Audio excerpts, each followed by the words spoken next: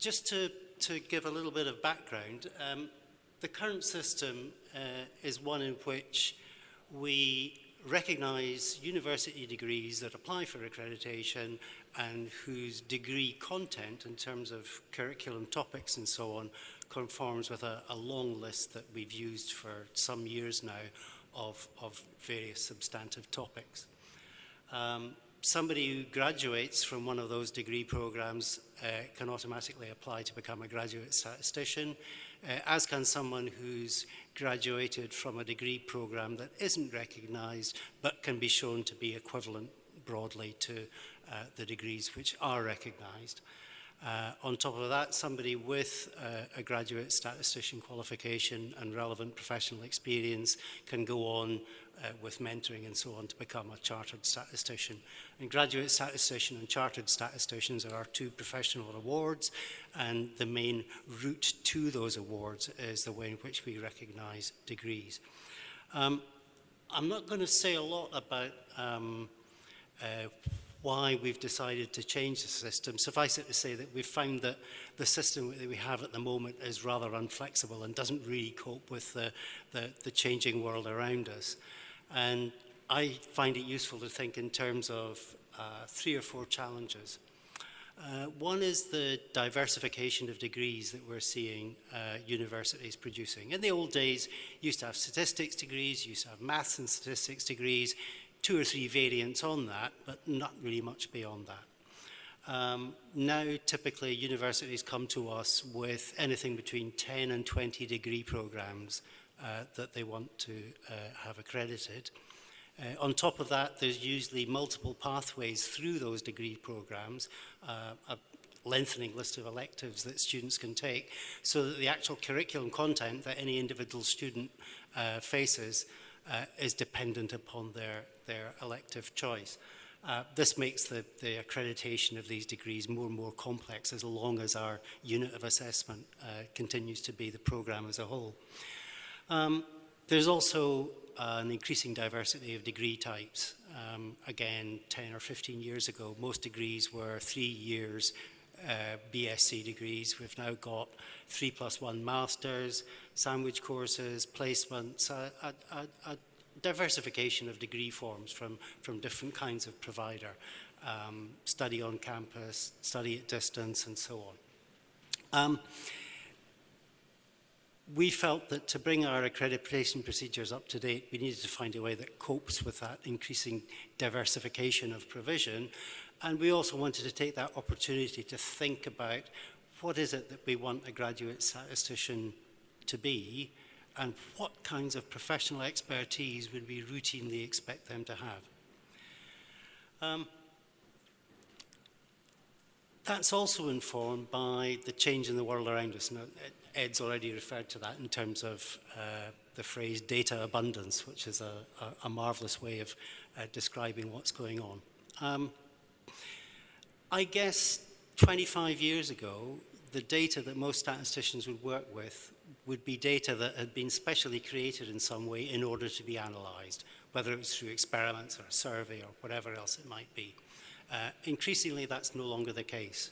Rather, it's a question of taking data that may have been produced by other processes and changing it into a format that makes it suitable for some kind of analysis.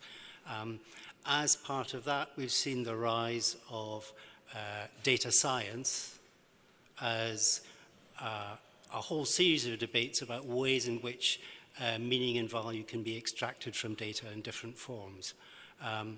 Inference has gone from being a question of inferring characteristics of populations from samples to inferring characteristics of real-world processes from the kinds of data that those processes may throw up, for example. In other words, the whole business of extracting meaning and knowledge from evidence has changed and become more diverse over the last 20 years with the rise, not just of new forms of data, but also new forms of transmitting data.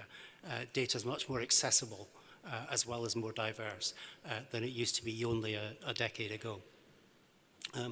One of the impacts of that has been that statistics has become much more important to a whole range of other academic disciplines. I've put the example of biology up on the slide. And I cite that because, again, 20 years ago, biology was very much a discipline of animals in cages, liquids in test tubes, things like that. Now, much of biology is about the statistical analysis of different kinds of data. A subject that was, number light only a decade or two ago is now very much focused on data analysis. And that has gone throughout the range of academic subjects, not just in the natural sciences, but also in the social sciences and also in the humanities. I was reading an article the other day about how statistics were to come to the aid of the crisis within English literature and debates about the nature of criticism. So if statistics is relevant to English literature, arguably it just has to be relevant to everything. One of the side effects of that is that probably most statistics education in universities, certainly in Britain today, is not done by statisticians. Typically, psychologists teach statistics to psychology students, biologists teach statistics to biology students, and so on. Now, I'm not saying that that's necessarily a bad thing. Very often, domain specialists know the particular format of statistical analysis that's relevant to their students and can teach it in a way that their students can engage with. However, there's absolutely no guarantee that those teachers, excellent as they may be, are aware of the latest discipline, the latest developments within statistics as a discipline itself. We have no way of knowing whether students are being told to rote learn significance testing or are being given the best and latest arguments about the pros and cons, the advantages and disadvantages of frequentist versus other approaches to inference, for example. In other words, there's a whole range of statistics education that lies beyond what we've traditionally sought to regulate and inform that we would like to become involved with. That's reflected also in changes in the workplace. Again, I guess if you went back 20 or 30 years, there would be particular professions and particular sectors of different industries that used statisticians. The government statistical service, pharma, medical statistics, statistical process control and industry. And outside of those areas, I would imagine statisticians would have been fewer and further between. That's no longer the case. Increasingly, within every workplace, people are concerned with data in some shape or form. Unfortunately, that's also gone along with, and perhaps inevitably because of the dramatic rise in the demand for people who have skills in dealing with data, that's gone along with a remarkable absence of regulation or knowledge about standards within people who are dealing with data. So that we come across in our everyday work many examples of people who are doing really quite routine and basic level work with numbers, using Excel spreadsheets or something to do effectively administrative tasks, and they're called statisticians. Now, that's okay if everybody understands that by statistician, that's the very limited range of skills that is meant and the limited range of standards that people are expecting to be applied, but clearly that's not the case. And so we have really quite a challenging job to do in trying to ensure that in professional life, people are aware of what standards may exist in the treatment and analysis of data, how that can be done effectively and how it can be done ethically, and the kind of training that people working in those areas need. And that goes considerably beyond, I think, the traditional image we've had of who a statistician is and the kind of work that they do. And of course, allied to all that is the whole rise of data science and arguments and discussions about do new forms of data imply new ways of being able to capture, manage, organize, and infer meaning and pattern from that data.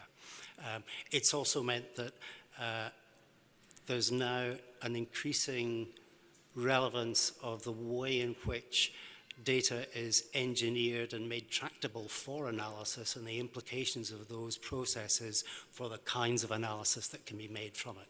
So on the one hand, we've got the rise of data science alongside statistics, and on the other hand, the way in which statistics can be married to questions of data engineering and the architecture of data systems and so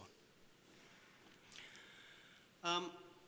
To cope with all that, we're proposing a fairly radical shift in the way in which the society recognizes degrees and the kinds of professional award that it makes. We've been aware that most other learned and professional societies have moved away from definitions based on what you teach students to standards based on the kind of knowledge and skills that students emerge from their degree program with. In other words, an emphasis on learning outcomes rather than how you arrived at those outcomes. And we think that's a good way to go, not least because it allows greater flexibility in how you work towards those outcomes. And I think that's probably quite a good thing. We're going to, and I'll explain the details in a minute, reorganize how we recognize degrees. We're also going to deal with an anomaly which we have at the moment, and that's we have a competency-based route to become a chartered statistician. We recognize that people whose first degree may not have been in statistics, but who've come to work with statistics in their professional career, done some more training, done CPD, have a relevant professional experience of working at an appropriate standard, and they can apply to become a chartered statistician through what's called the competency route. We have no equivalent at the graduate statistician level, and that's a bit of an anomaly because it's like we're saying, well, we can certify you for the latter part of your journey, but we're not going to say anything about the first part. And so we think it's important to think about ways in which we could have a competency route through to graduate statistician award. And finally, perhaps the biggest change and probably the most challenging to get right is we want to introduce a new level of award at kind of entry level, if you like, which we're tentatively calling data analyst, not because we think that's a good title, but because we think it's the least worst title we've come up with so far. And if anyone has suggestions, my ears are certainly open to suggestions for a better title. Our aim there is to try to regulate the increasing number of people who are doing routine statistical work and who have an interest in developing their skills to do more advanced statistical work and have an interest in proving that they have the training and professional expertise to do work to a good standard.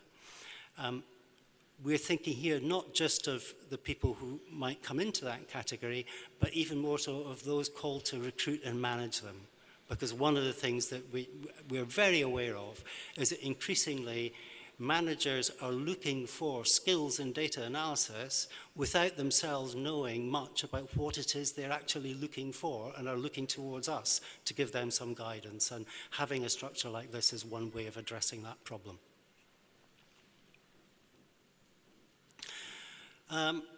This is our working definition of a graduate statistician. It's an attempt to balance flexibility and the recognition that there are many different ways to be a statistician and that statistics is a fairly broad range of skills and competencies, with, on the other hand, an insistence on rigor. That there may be many different ways of becoming a statistician, but we want to ensure that graduate statisticians are aware of what they do know and are also aware of what they don't know, so that they can be the trustworthy statisticians that Ed talked about earlier on. In fact, my own gloss on our definition here is that I would hope people who conform to this kind of definition would indeed be humble searchers of insight from data, the kind of definition that Ed suggested earlier on. There's a number of innovations compared with the kinds of requirements we currently have. We've not set out a list of specific technical knowledge. Rather, we've set out a list of things that we would expect graduate statisticians to be able to use that technical knowledge to achieve. There's an emphasis on communications, both in working with others to define what the problem is, and working with others to report what the results of any statistical analysis are. It's no good being a fantastic statistician if you can't tell anybody about it, or you can tell people about it only in ways that they find very difficult to understand. And so there is some emphasis here on communications as well as technical knowledge. The last paragraph, at the moment I think we say something about should be aware of data protection and data security issues. That's absolutely necessary. But there's also a much larger range of ethical issues facing statisticians as the range of data that becomes available on people expands. What are the ethical implications of dealing with, for example, genetic or epigenetic data that categorizes people into different risk categories for the purposes of life insurance, for example? In other words, it's not enough to just keep data secure anymore. Statisticians have a responsibility to be aware of the implications for the public good of the analysis and treatment and management in different ways of the data that they're potentially dealing with. And those are issues that we'd want every trustworthy graduate statistician to be aware of, to be knowledgeable of, and to make good decisions about. We can discuss the wording of the definition. I'm sure we've probably been too clever by half in thinking that we imply things by some of these words that other people may not understand. The principles of systematic data collection, management, and curation, that's a nod to data science. Our implication there is that part of statistics is dealing with the increasing variety of forms of data that are available and amenable to statistical analysis, and that some expertise in the management of data to make it tractable for analysis is an integral part of any statistics degree. Now, it may well be that we've not spelt that out enough, and it may well be that people would like to see that spelt out in greater detail, but that's the implication of that particular form of words. Their logical foundations in the second bullet point, we understand that to embrace mathematics and the underpinning theory that makes sense of any statistical analysis. This definition is not an invitation to teach people to be practicing statisticians of a few techniques or something like that. It is an invitation to rooting any practical applications that we refer to later on in the definition in a rigorous understanding of the mathematics and probability that lie behind that. That's not to say that different degree programs will place a different balance of emphasis between theoretical rigor on the one hand and diversity of practical application on the other. And it's precisely that kind of diversity and heterogeneity that this definition is attempting to deal with and embrace.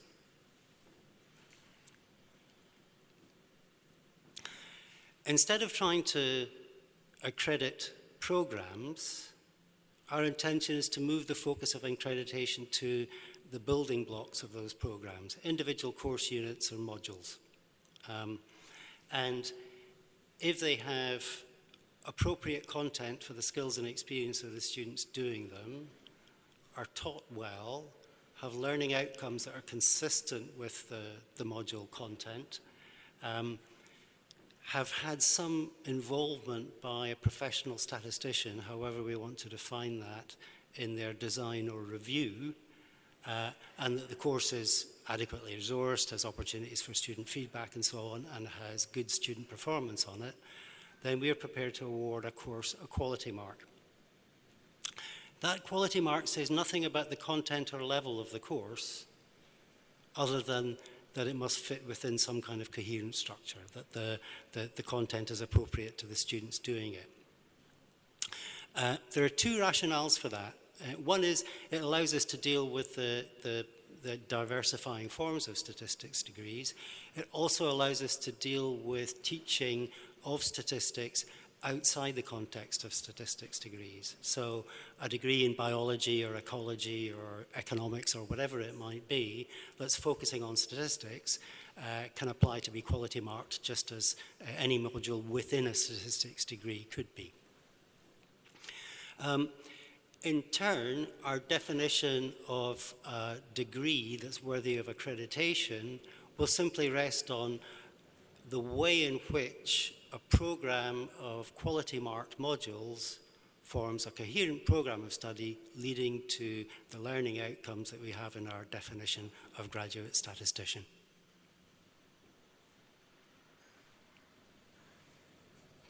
At the moment, we also insist upon things like quality assurance, student review, widening access, and so on. In the past, we've attempted to be light touch on those issues, and it hasn't really worked. We found it very difficult to mesh properly with the different forms of review that most university courses, for example, in Britain, will do as part of QAA. We intend to kind of reverse that, if you like, and say, just tell us what quality assurance, widening access, diversity, equality, or other provisions you currently conform with. And as long as you're conforming with something, we are quite happy to leave it to other bodies with perhaps greater professional expertise than us to make decisions about the quality of that provision. Now, there may be some exceptions in some overseas systems where we are not confident in the robustness of those procedures, but certainly within the UK, I don't think it's the business of the RSS to second guess what the QAA is up to and so on. Graduate statistician, as now, will rest on successful completion of a recognized degree, but we're also opening up a competency-based route which will depend upon having some degree level education, having done some quality mark training, having relevant continuing professional development and relevant work experience. And we've made some suggestions about how much quality mark training, how much CPD, how much relevant work experience, but that's an area where we're still exploring and debating precisely the best way of defining these characteristics. But I've certainly been struck when I've been talking to, for example, young statisticians meetings and so on, that we have often skilled graduates doing professional statistical work who've arrived at that position from many different routes, some from statistics degrees, some from degrees with, at first, relatively small statistical components that people have later built upon and worked around. And our competency-based route to grad stat is an attempt to address that. Finally, data analyst. I think what we're trying to do here is do two things. On the one hand, allow individual people doing data analysis work of some kind who have an aspiration to become a professionally qualified statistician to have a route to start on that journey and to signal that that's a journey that they intend to follow. It's also a signal to employers that they have an employee with those aspirations and with the attempt to achieve those standards. And so it's our attempt to move into what at the present time is a kind of rather amorphous, rather unregulated, but but sizable and rapidly growing group of people who are working with data in their professional lives and whose work we would like to ensure is done well so that it's trustworthy and reliable. At the moment, there's absolutely no mechanism out there that attempts to do this. This is our first cautious step in trying to deal with that issue. Our definition is a working document. And part of the purpose of today is to refine that document and make it better. I think the key issue we face is how to be flexible but maintain rigour, how to recognise that statisticians come in all different shapes and sizes, but they do have to be, and I'll come back to this, and I was delighted that it was the main feature of Ed's presentation, they have to be trustworthy. An award from the RSS carries a real degree of quality and weight behind it. If the RSS says something, it means something. It can be taken as trustworthy and valuable. And we want to assure that people who have awards from the RSS do nothing to imperil that reputation, and on the contrary, can use that reputation to say things of value, things of, say insightful things, albeit with humility, that contribute to the public good. All right, so questions, comments, again, say who you are. In teaching, there's three types of curriculum.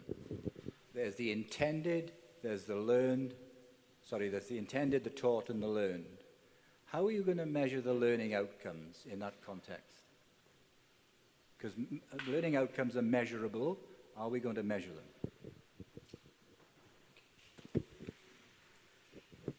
them? I think we have to trust universities on that. Most universities now have a list of graduate attributes or learning outcomes associated both with degree programs as a whole and as individual modules within that. What we'll be looking at is, are these learning outcomes compatible with our definition? And are these learning outcomes ones that you could reasonably expect somebody following any particular course unit to achieve?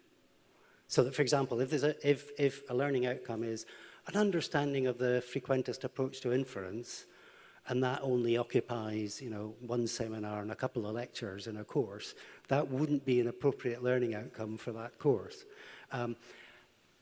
It would be wonderful if we could guarantee to know what the relationship was between the formal curriculum, the taught curriculum, and the learned curriculum. Our emphasis is on the learned curriculum, and I agree. There's always going to be measurement error between the individual student and the learned curriculum, but we think that's the best approach to take.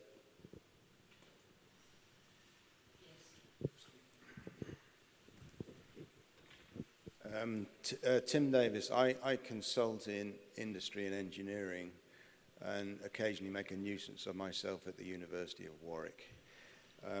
I had a very quick comment, and then one on the data analyst. I wonder if we should call that data science apprentice or something like that.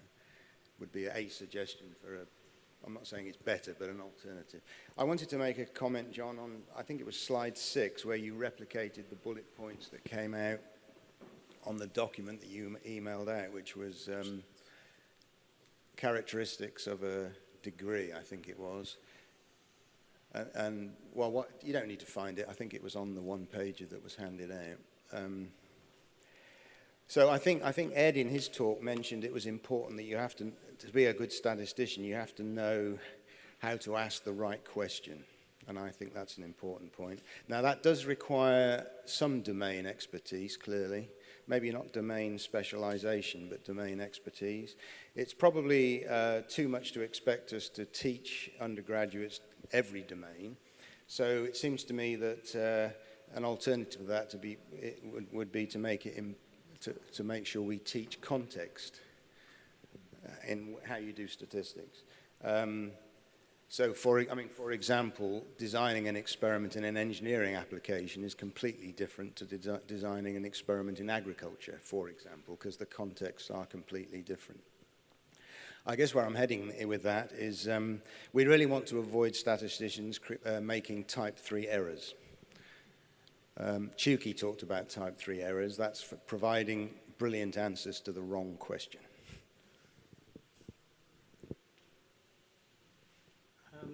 I totally agree. One of my favorite articles is John Chuki's 1962 data analysis article, which, 50 years ahead of its time, defines data science. Our attempt there is to embrace that within build, assess, and refine models appropriate for describing and understanding. If your model isn't appropriate, it's of little value. And I absolutely would like people who can get an approximate answer to the right question than a perfect answer to the wrong question. Yeah, that's. On the apprentice point, we did discuss whether it might be apprentice or trainee or something like that. The problem is, as soon as you use a term like that, people assume, oh, that's an intern or a student and so on. So it's possible that we might return to that, but I think at the moment we want to avoid that kind of adjective if we can. Kamila Zichaluk from University of Liverpool. I was wondering, from my experience working in university, the programs don't change that much, but modules change quite often. So if you have a sort of some level of quality mark per module, what's going to happen when some modules change yearly?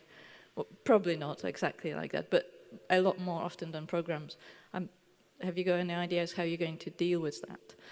And I also have a comment to relate to what a lot of people said about the fact that good statisticians should be able to communicate the results well to especially lay audiences.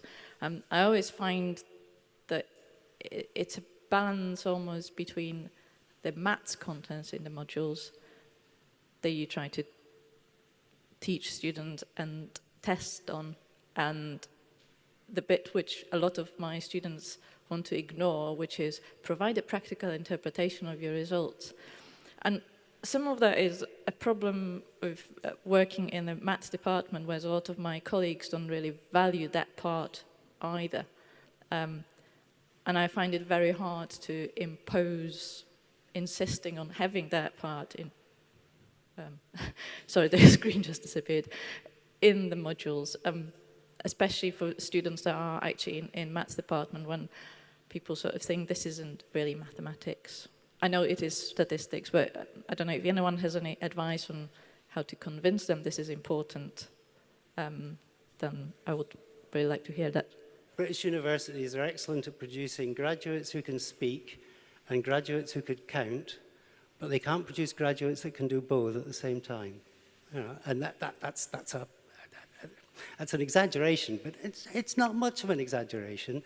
And I would far rather that the maths students who want to ignore the communications deal with that challenge while they're students than simply face it when they enter the professional world and suddenly discover that they can't be just a mathematician or just a statistician. I think also, though, that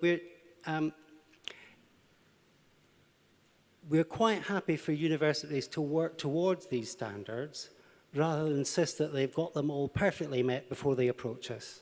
We're aware that making ethics, making communication, making the definition of problems, making the relevance of domain knowledge and how you deal with that part of a statistics education is not something that will necessarily just happen overnight.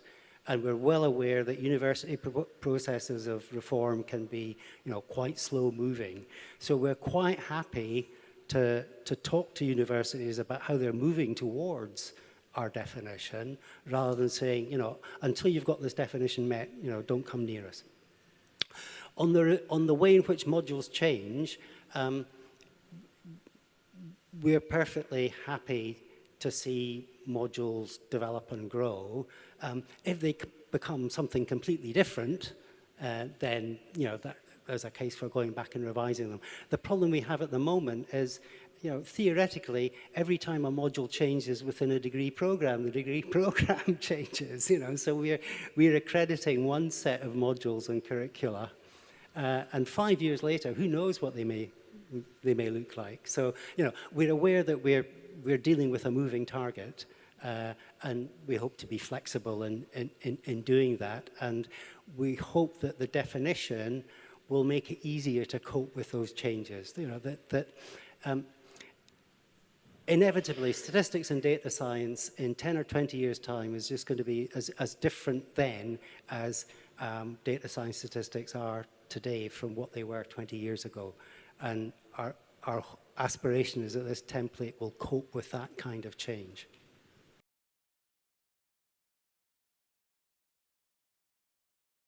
The Royal Society is the UK's National Academy for Sciences, and its founding mission is to advance science for humanity. So to do this, we work really closely with our fellowship of over 1,600 world-leading scientists.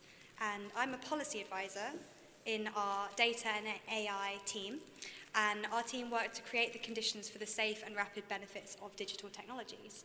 But my background is in education research and policy and supporting the advisory committee on maths education. So at this intersection between data and skills. So I'm here today to talk about our new policy study, which has shown that there's vastly increased demand for data professionals in the job market. So here's the report, hot off the press. And I've got a couple of copies here if anyone would like to take them away. So the analysis looked at the types of skills most frequently required by UK employers, and we found that data science, scripting languages, big data, and machine learning are the most frequently needed skills for data specialists. We also found that demand for data scientists and advanced analysts is rising across the UK. So, in our report, we emphasise that the pervasiveness of data is rewriting the rules of many professions across the UK. And employers are increasingly seeking workers who can help them make sense of messy, real-time, big data that they collect. Data scientists and data engineers enable organisations to extract valuable insights from data and use them for substantial benefit, whether it's social or economic. And as methodology grows in power and the volume of data increases rapidly, the number and variety of roles in data science is also growing. And also related professions as well, data engineers, statisticians. So we looked at job vacancy data from 9.2 million job adverts. And although more than half the total numbers were in Greater London, 58% of the vacancies we looked at, not from 9.2 million, that's from a subset looking at advanced analytical skills. There's also been strong growth elsewhere in the UK, for example in Northern Ireland, which saw larger growth relative to the base amount than in Greater London. So our research is focused on data scientists and advanced analysts at the top end, the most analytical of the data professions, because that's where the demand has grown the most in the last 5 years. However, the data that we commissioned for the report shows interesting results for data professionals across the spectrum. So our findings are likely to underestimate the demand for data skills because many jobs are not actually advertised online or do not include salary information, and further analysis will be needed to quantify the number of employed workers per opening. The Data Skills Task Force, who are going to be speaking after me, they are doing some work in this area to determine the skills gap. So to gauge public understanding of data science, AI, and machine learning, we carried out a major public dialogue in 2016. And we found that in the UK, of the people we surveyed, most people hadn't heard of artificial intelligence, they hadn't heard of machine learning. Less than 10% of the people we surveyed had heard of artificial intelligence. So there's clearly a gap, and we need to think about how to close this gap and support citizens to have the data skills and expertise to navigate AI-enabled work and society. And in the report, we investigated the interventions that can help build a strong talent pipeline and develop skills across 3 different levels: foundational skills, skills for informed users, and advanced skills. At the foundational level, that's skills so that everyone has a basic understanding of data. Informed are skills so that a range of professions can have the absorptive capacity to use data and AI.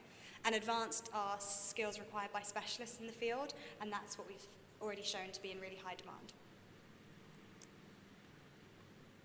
So at the foundational level, a basic understanding of the use of data and AI will be required, and introducing key concepts at school can help to cultivate these skills.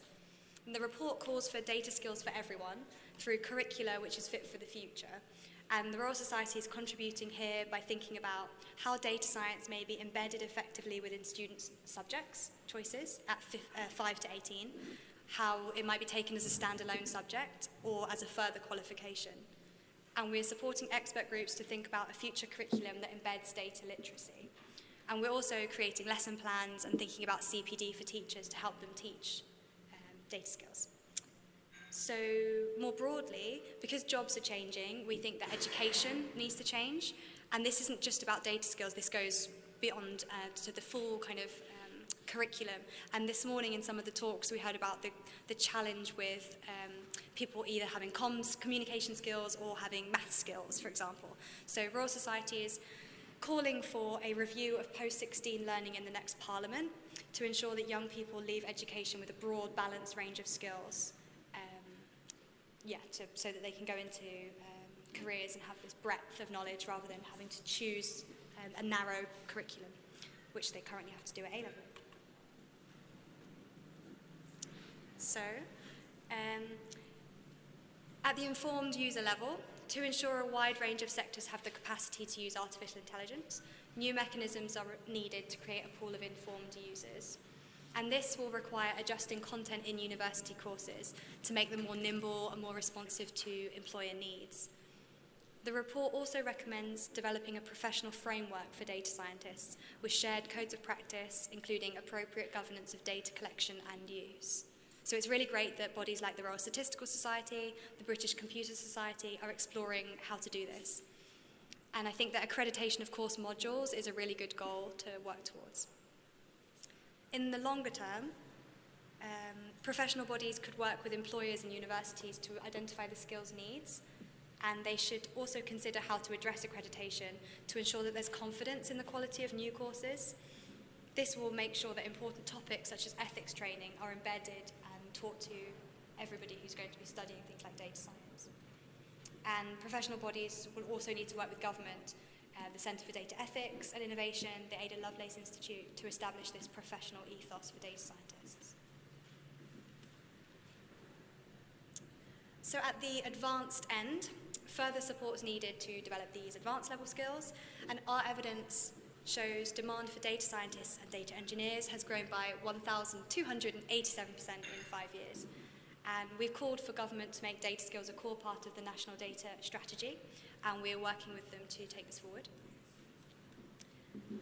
This will be really important for the wider adoption of AI, and we need mechanisms to develop communities with the ability to use data and tech across sectors, from government bodies to technology startups. So the most frequently occurring skills clusters in our research on job adverts were data science, scripting languages, big data. And in 2013,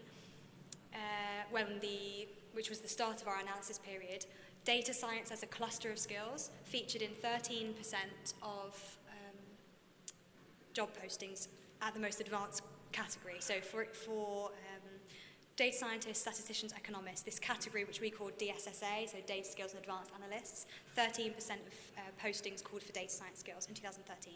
In 2017-18, it was in 93% of these postings, so a huge increase. And this suggests also that there's high demand for the skill data science across occupations beyond data scientists, because in that category there's other professions, not just data science roles. So statistics featured in 23% of postings in 2013, which was actually the largest category in 2013. And in 2017, it featured in 27%.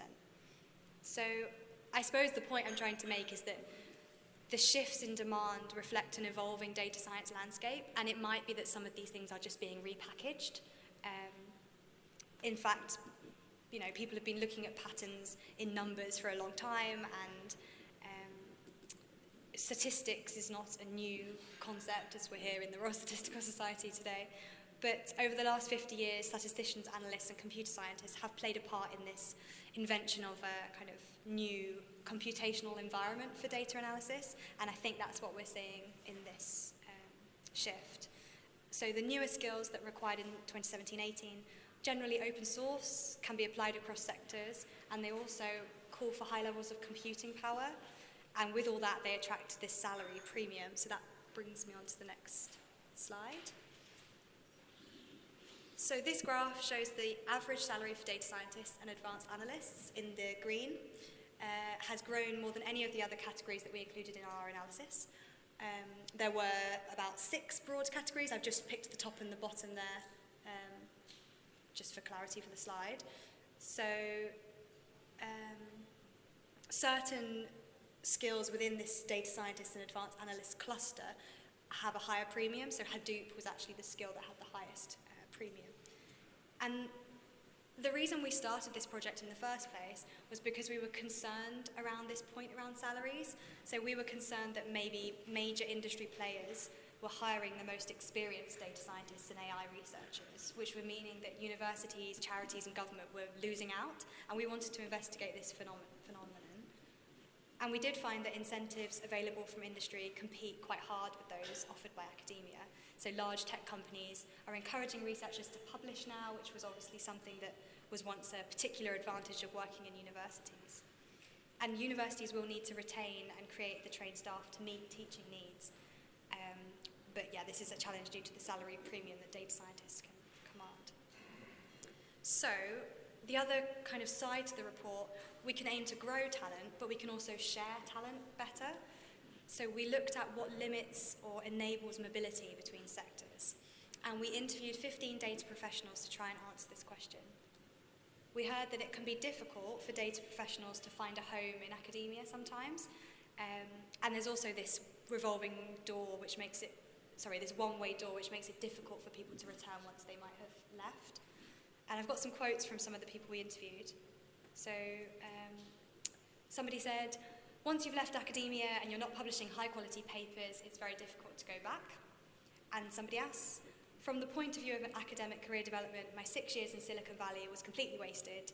It did not translate into anything tangible on the academic career ladder.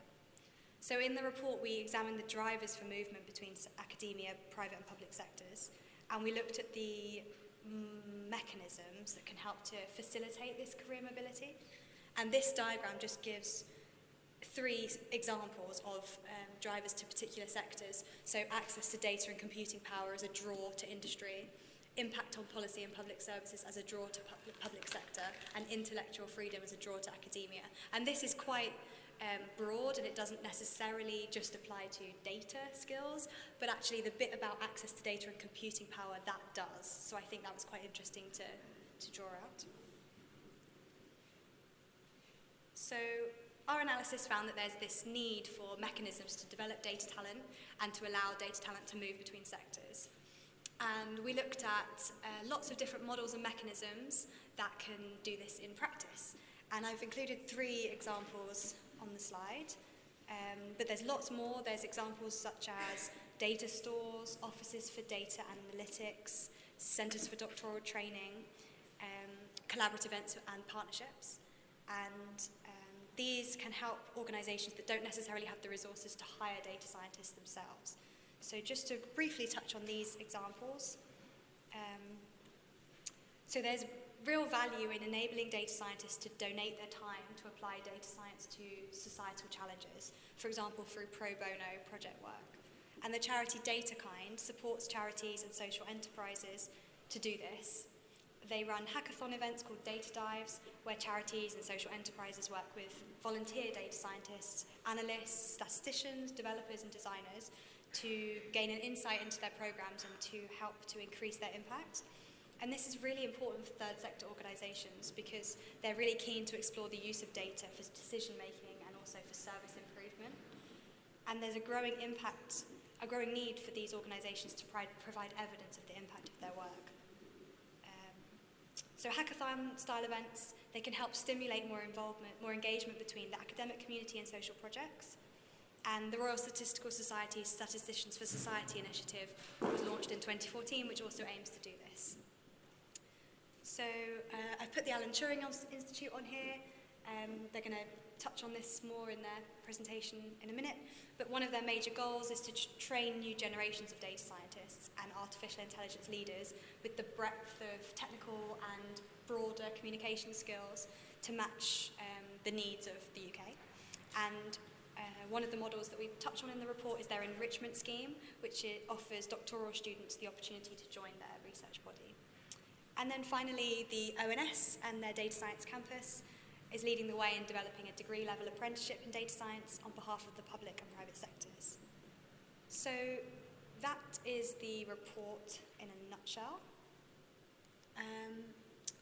I just wanted to touch on some of the things we're doing now that we've published the report to make sure that some of these recommendations and these grand things we're trying to achieve can actually happen in practice. So, as John mentioned, tonight is the launch reception for the report. We do have some spaces available, so let me know if you would like to attend. There'll be some, as well as the expert group who steered the project, there'll be some talks from the Digital Catapult and other bodies. We've got the ONS coming as well to talk about why this is really important. And in September, we're running an event in Belfast as part of a series of work we do at the Royal Society to connect industry with scientists in universities. And the reason we picked Belfast was because of what we found earlier with Northern Ireland being this kind of hub of growth. So the discussions will aim to identify best practice across Ireland, develop data skills, also to protect privacy and ensure good data governance. And then we are running a roundtable in the autumn, and this is going to be looking at how to move towards a curriculum which fosters data skills.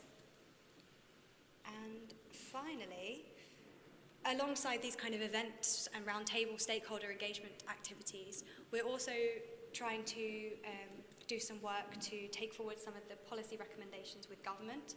So, for example, it's really important that data scientists have access to good data and to get this experience with real-world problems. And this will be really useful to help people have data science skills for public and commercial benefit.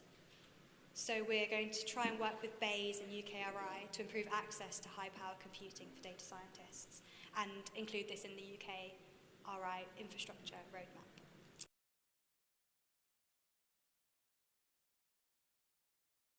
So at the Turing Institute, my job title is Head of Research, Development and Training. So essentially I'm responsible for the training programs running in the Institute itself for our limited doctoral cohorts, but also starting to position the Turing as a national institute and thinking about how it interacts with the wider UK landscape.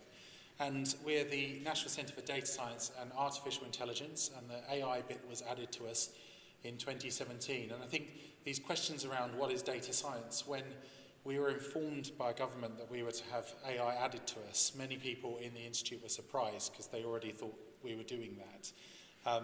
And I think that just highlights the different, or just the breadth of scope of what data science can be. And the Turing, very early on in its conception, put together a video of researchers who were affiliated there speaking about what data science means to them. And I'd recommend it. It's 3 minutes long, so you can watch it without too much trouble.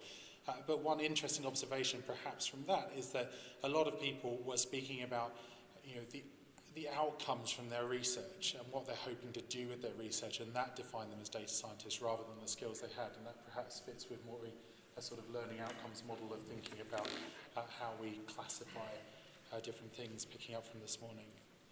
What I wanted to spend a little bit of time talking about today was actually on the topic of one of the Turing's goals, which, as well as looking at research and application of research, is to educate the future leaders in the areas of data science.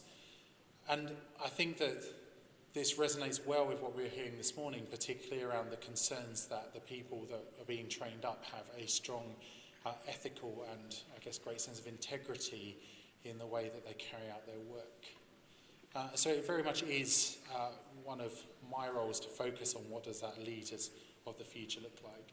And that's very important for us at the moment, because we can not only imagine, but we can see in front of us how the arrival of the data revolution is changing every part of society.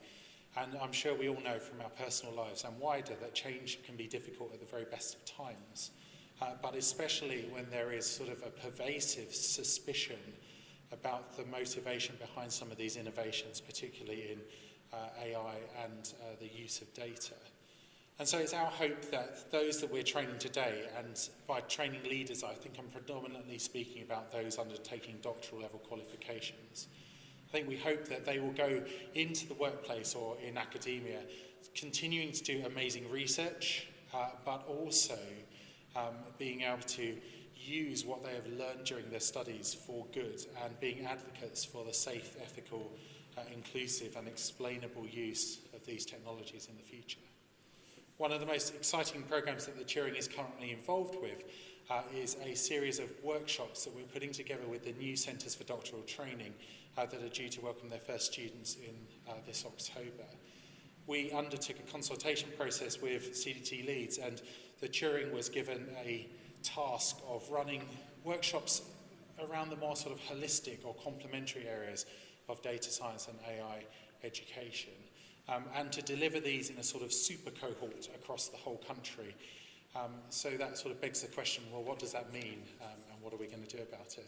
Well, a couple of examples that we've used to try and help people get their heads around the vision might be like this, that everyone understands that ethical considerations in the field of data science are important, but we realise that it means very different things to different people.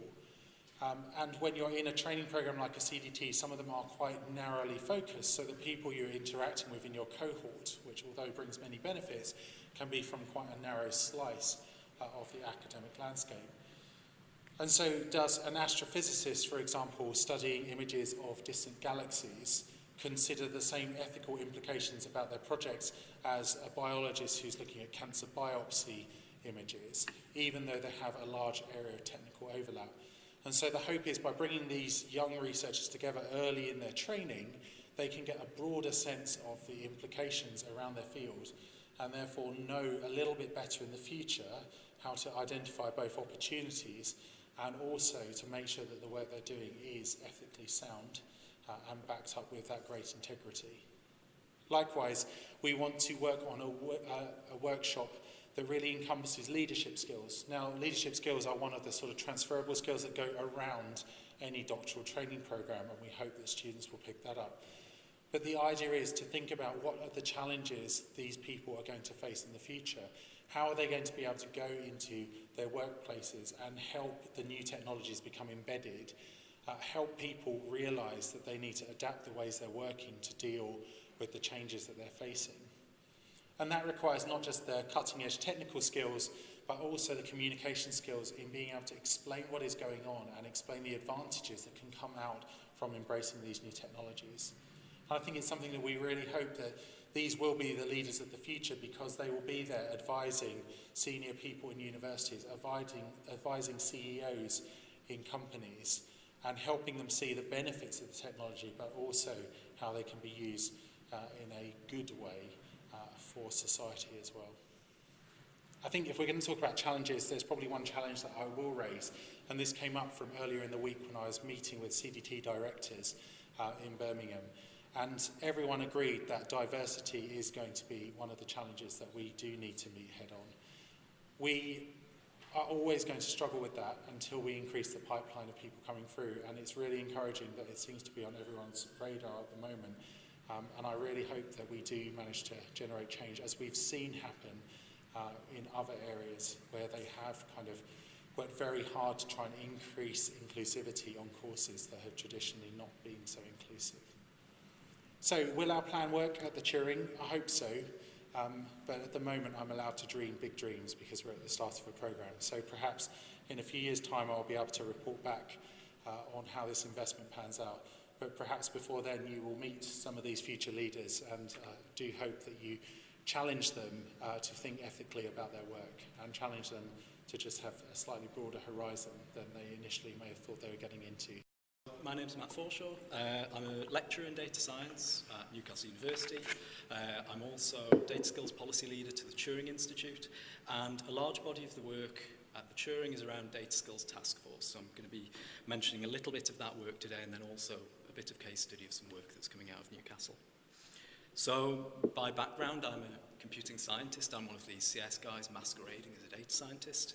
I'm neither a better statistician than any software engineer, and I'm certainly not a better software engineer than many of you in the room. So the imposter syndrome runs deep, and it's a real privilege to chat to you guys today.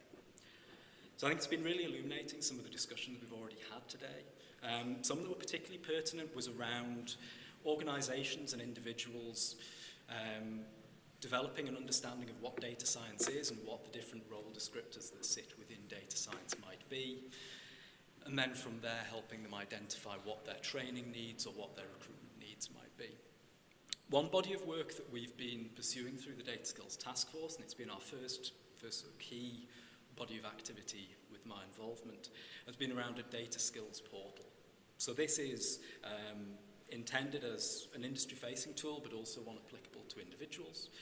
This brings together the variety of training materials and training resources that are available around data science. It's hinged around this idea of a self-assessment tool, which helps these organisations reason over their sort of technical and organisational readiness with respect to data, and aims to provide some targeted interventions, targeted areas of development to allow people to build up confidence and capability. And I think this can be really applicable in this sort of discussion. I think it's also been really good to see the discussion this morning around accreditation move from degree programs to these smaller units of training.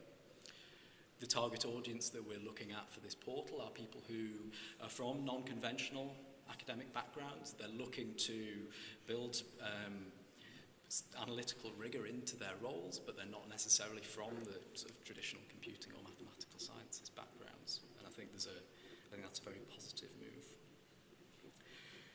So I think we can discuss, we've got this spectrum that people can identify different degree programs and different training offers along this spectrum of sort of the more computing-led data science courses towards more statistically focused ones. But I'm going to kind of introduce that third segment that's in that very popular Venn diagram, where you've got the computing expertise, the statistical expertise, and then something that's either domain knowledge or domain expertise, which has been touched on today, or also commercial acumen. It's all too easy when you specify out programs to develop extremely rigorous technical programs, both on the computing and the statistics side, but without necessarily equipping students with an understanding of the business imperative around data-driven innovation. And I think that's something that should really take pride of place in programs of the future, if we're going to equip graduates so they can leave university and be independently productive almost from day one within an organisation. And certainly there have been comments from the audience today around the need for on-the-job training early on in employment.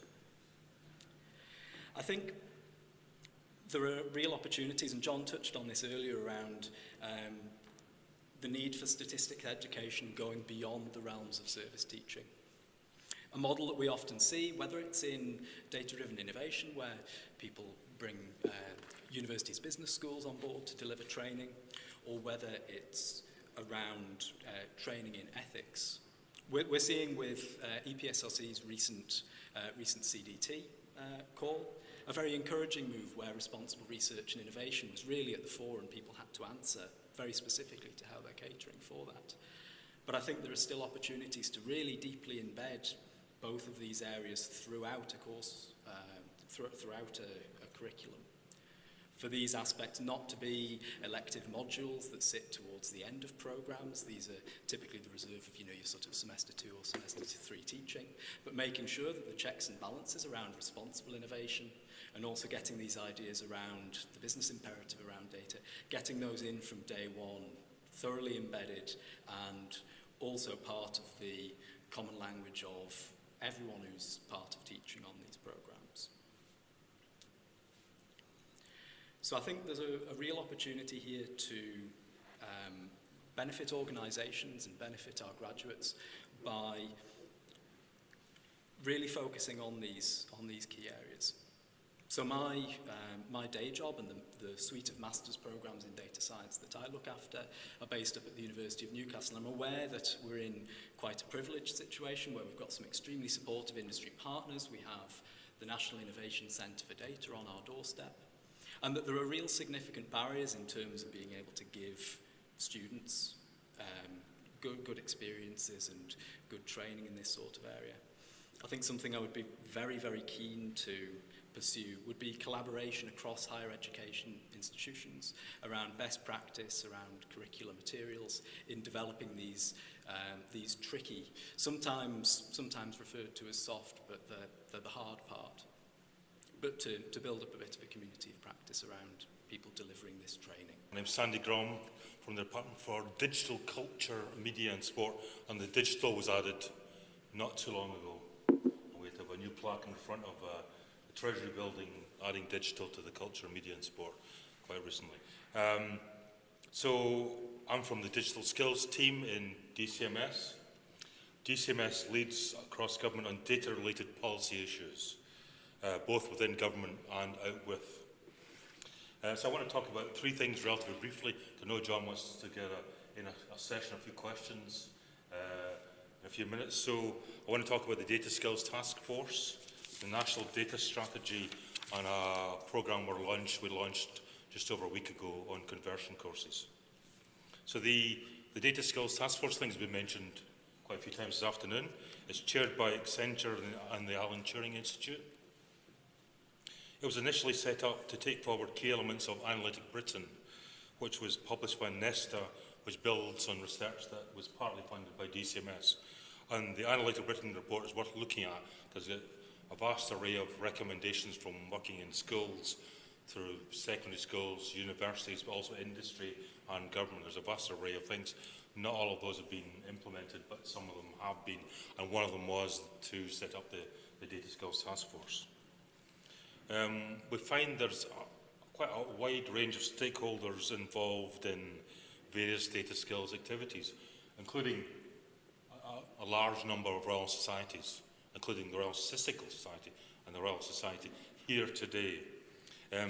So I think one of the key aims of the Royal Society of the Data Skills Task Force is to try and encourage better joint working, i.e. rather than different projects happening in different places, have a discussion, potentially pool resources and get some collective working and to have more effect overall. So as I mentioned, there is a wide range of members of the Data Skills Task Force from at least 6, I think, Royal Societies, but lots of different companies like Accenture, GSK, the Nationwide, and of course DCMS. So Matt mentioned one of the projects underway was the building the data skills capabilities for SMEs, how to help them on the way to finding out how they might develop their data skills capabilities from a very, very low level indeed, if necessary. The other two main projects are we're attempting to quantify the data skills gap. It's large, but we don't know how large it is. We know it's large, we know it's growing, but we don't know the gap between what we think the ballpark is about 12,000 data scientists in the UK and what the demand is. So we also published some research by Burning Glass. We looked at over 9 million job adverts over a year, and there was about 1.7 million data-related job adverts. That doesn't mean there's obviously 1.7 million jobs, but that means there's a lot of jobs being advertised out there. So it's more than 12,000. So we don't know. We want to get a handle on what the gap is, effectively. And the other project we're working on is a data science foundation course for all undergraduates. I think Analytic Britain and lots of other people think everyone should have some understanding of data. And we think also school children should as well. And so potentially this is an easy access course for all undergraduates to get some sort of introduction to data science. I'd also like to talk about the National Data Strategy. You may have heard of it. I think it was kicked off quite a while ago, but it now has been revamped and effectively a consultation phase has actually started already. But the aim of the National Data Strategy is to unlock the power of data in the UK economy and government and to build a world-leading data economy. We want to ensure citizens and organisations trust the data ecosystem. We also want to ensure they're sufficiently skilled to operate effectively within the data economy. And we want to ensure they can get access to high-quality data when they need it. So, as mentioned, there's a public consultation which was launched during London Tech Week, which is just over 2 weeks ago. The first phase is a soft phase. There's also a number of roundtables being convened. There's actually a call for evidence on gov.uk. If you search, you can find things on gov.uk. If you search call for evidence, and there's a number of relatively simple questions relating to a quite wide range of topics, but they're reasonably accessible. The questions are all grouped relating to people, to the economy and government. And there's also a number of questions relating to data skills. The first phase will inform the second phase, which will kick off in the autumn. Finally, I want to talk about a programme that was also launched at London Tech Week. We are, through the Prime Minister announced on the 11th of June, we're developing DCMS and Office for AI, developing a 13.5 million degree conversion courses and masters in data science and AI. I think I mentioned before that we ran some conversion courses in 3 or 4 universities, and they were super popular. And through those conversion courses, over 530 data scientists were effectively developed in just over 2 years. I think the 2 most successful universities were Salford and Birkbeck, with a lot of part-time students. And one of the key elements of this programme is to have 1,000 scholarships to develop and to improve diversity in data and AI.